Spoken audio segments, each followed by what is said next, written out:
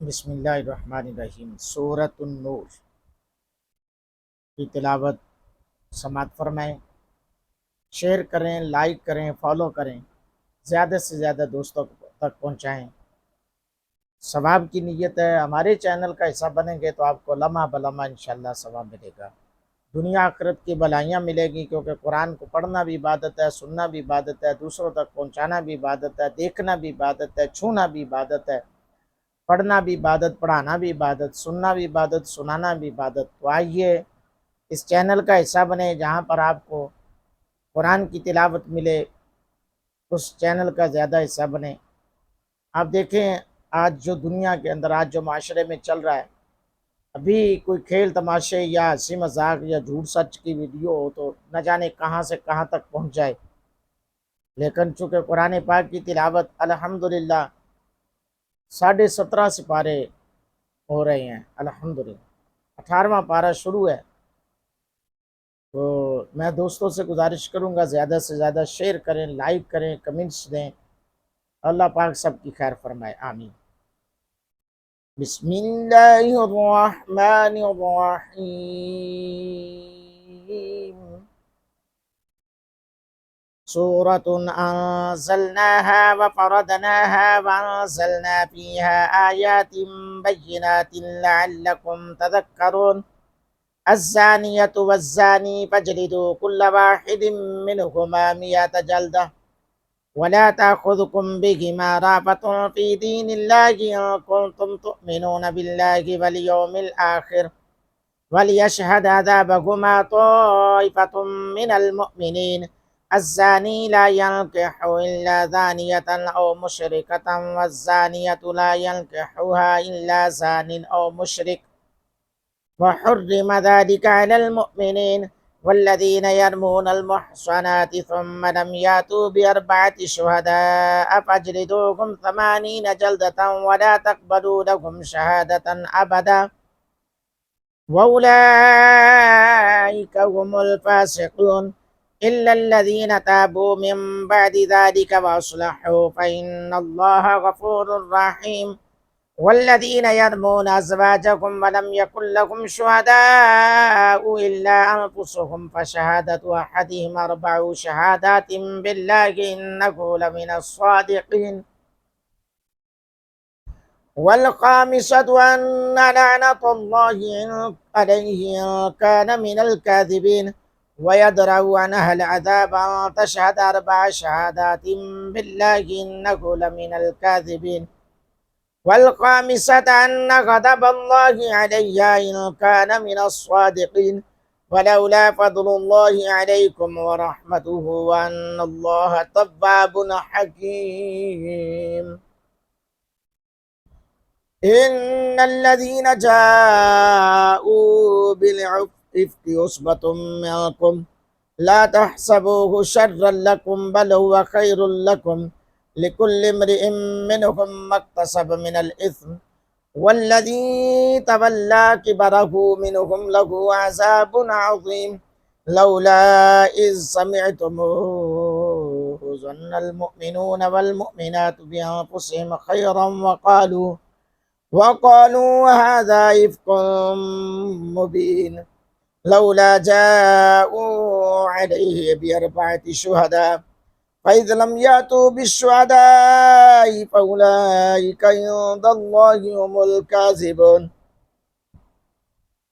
ولولا فضل الله عليكم ورحمته في الدنيا والآخرة لمسكم فيما أفضتم فيه عذاب عظيم إذ تلقونه بألسنتكم وتقولون بأفواهكم ما ليس لكم به علم وتحسبونه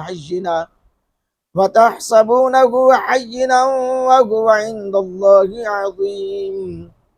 ولولا إذ سمعتموه قلتم ما يكون لنا أن نتكلم بهذا سبحانك هذا بهتان عظيم يعظكم الله أن تعودوا لمثله أبدا إن كنتم مؤمنين.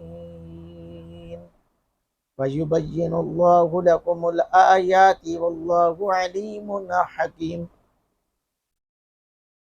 إن الذين يحبون أن تشيع الفاحشة في الذين آمنوا لهم عذاب عليم في الدنيا والآخرة والله يعلم وأنتم لا تعلمون. ولولا فضل الله عليكم ورحمته وأن الله رؤوف رحيم.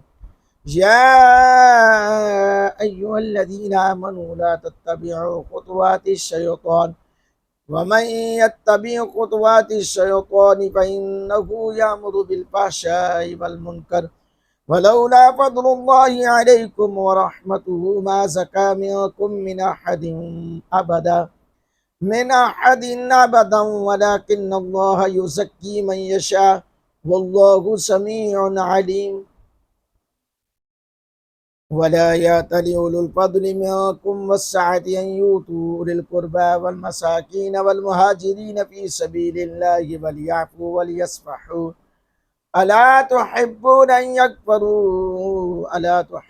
يغفر الله لكم والله غفور رحيم.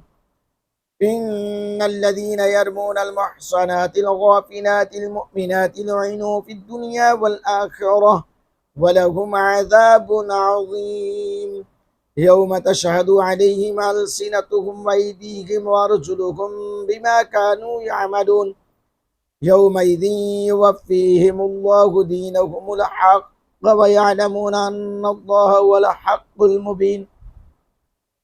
الخبيثات للخبيثين والخبيثون للخبيثات والطيبات للطيبين والطيبون للطيبات أولئك مبرؤون مما يقولون لهم مغفرة ورزق كريم. يا أيها الذين آمنوا لا تدخلوا بيوتا غير بيوتكم حتى تستأنسوا وتسلموا على أهلها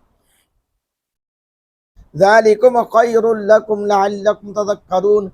فإن لم تجدوا فيها أحدا فلا تدخلوها حتى يؤذن لكم وإن قيل لكم ارجعوا فارجعوا وهو أزكى لكم والله بما تعملون عليم.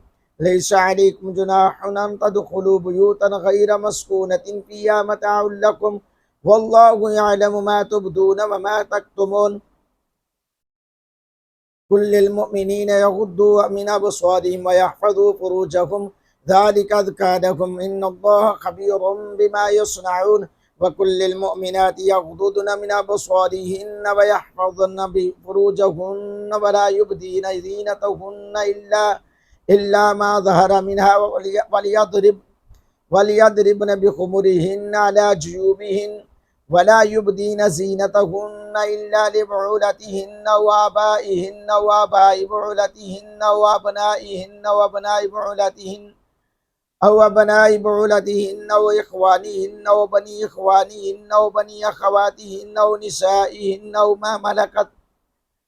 ما ملكت أيمانهن بالتابعين غير أولي الإربة من الرجال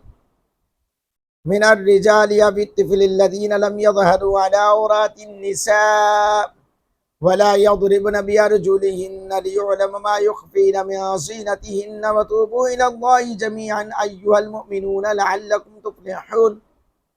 وأنكحوا الأيام منكم والصالحين من عبادكم وإمائكم إن يكونوا فقراء يغنيهم الله من فضله والله واسع عليم. وليستعفف الذين لا يجدون نكاحا حتى يغنيهم الله من فضله والذين يبتغون الكتاب مما ملكت أيمانكم فقاتلوهم إن علمتم فيهم خيرا وآتوهم من مال الله الذي آتاكم ولا تكرهوا فتياتكم على البغاء إن أردنا تحصنا لتبتغوا أرض الحياة الدنيا ومن يكرهن فإن الله من بعد إكراههن غفور رحيم. ولقد أنزلنا إليكم آيات مبينات ومثلا من الذين خلوا من قبلكم وموعظة للمتقين. صدق الله العظيم.